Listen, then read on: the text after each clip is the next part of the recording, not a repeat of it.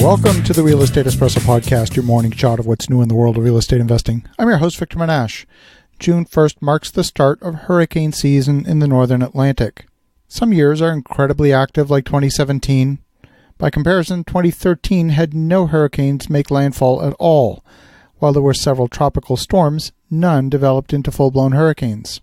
We don't know what 2019 has in store for us, but the names for storms in 2019 have already been established, and the first few will be called Andrea, Barry, Chantal, Dorian, Erin, and Fernand. On today's show, we're talking about the kinds of fraudsters that crawl out of the woodwork whenever a natural disaster strikes.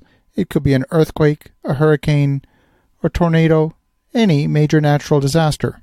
There are numerous scams out there. Some of them target unsuspecting property owners. Others target assistance programs and insurance companies. Here are the top 5. And while many individuals respond to natural disasters with kindness and generosity, opening their hearts and wallets to those in need, some individuals will take advantage of the situation to line their own pockets through frauds and scams. So here are the top 5.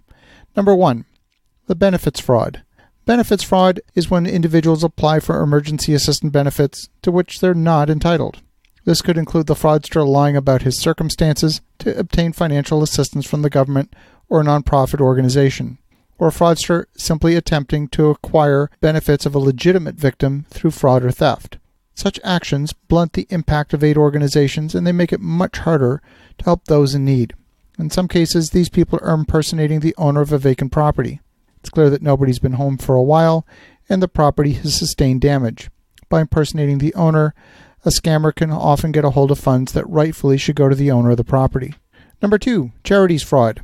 In the wake of every natural disaster, charities are created to help care for those who need it the most. And sadly, criminals often seek to exploit these charitable entities for their own gain. The methods include setting up fraudulent charities of their own, soliciting donations, or attempting to collect money on the behalf of legitimate charities. Then they keep the money for themselves. These schemes can be perpetrated via many different methods, such as door-to-door collections, phone calls, through the mail. Some will take pictures of devastation, create an elaborate story of their tale of hardship, and create a new campaign on one of the crowdfunding websites and start collecting donations. Fact is, often they don't even live in the affected area. Number 3, cyber-related scams. The Treasury Department has warned that cyber criminals often take advantage of public interest during natural disasters to conduct fraud and spread malware. This approach can be as simple as setting up a website that claims to support victims of a tragedy, but in reality, it steals money and personal information from donors. Many scammers attempt to mimic the website of a legitimate relief organization to make their efforts that much harder to detect. These are all the traditional phishing scams that are out there that might be littering your email inbox on a day-to-day basis. But oftentimes, in the wake of a natural disaster, many people's guard is lowered. Number 4, the loan modification scam. Some homeowners don't carry sufficient insurance to protect their property, and for many, they don't have the available cash to conduct a major repair. Solution, in many cases, is to increase the mortgage amount on the home in order to effect a repair. With the loan modification scam, fraudsters will seek out mortgage borrowers affected by a natural disaster and promise a loan modification for a fee. Some of these folks can be pretty sophisticated. They'll produce a long closing checklist similar to the one the bank would have had you complete at the beginning. They'll demand your updated tax returns, bank statements, personal financial statements.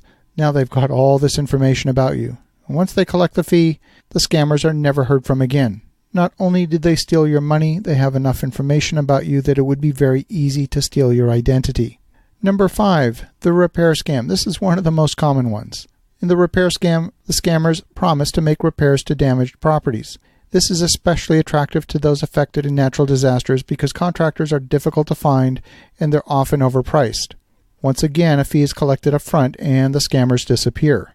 Another variation of the same scam is to demand payment to purchase materials. They actually start the work, then demand more money to purchase materials since materials are in short supply, and then they disappear. Just like in investing, doing business with anonymous people is more dangerous than those with whom you've already established a relationship of trust. Now is the time before the hurricane hits to establish those relationships and figure out who you're going to work with should disaster strike. As you think about that, have an awesome rest of your day. Go make some great things happen. We'll talk to you again tomorrow.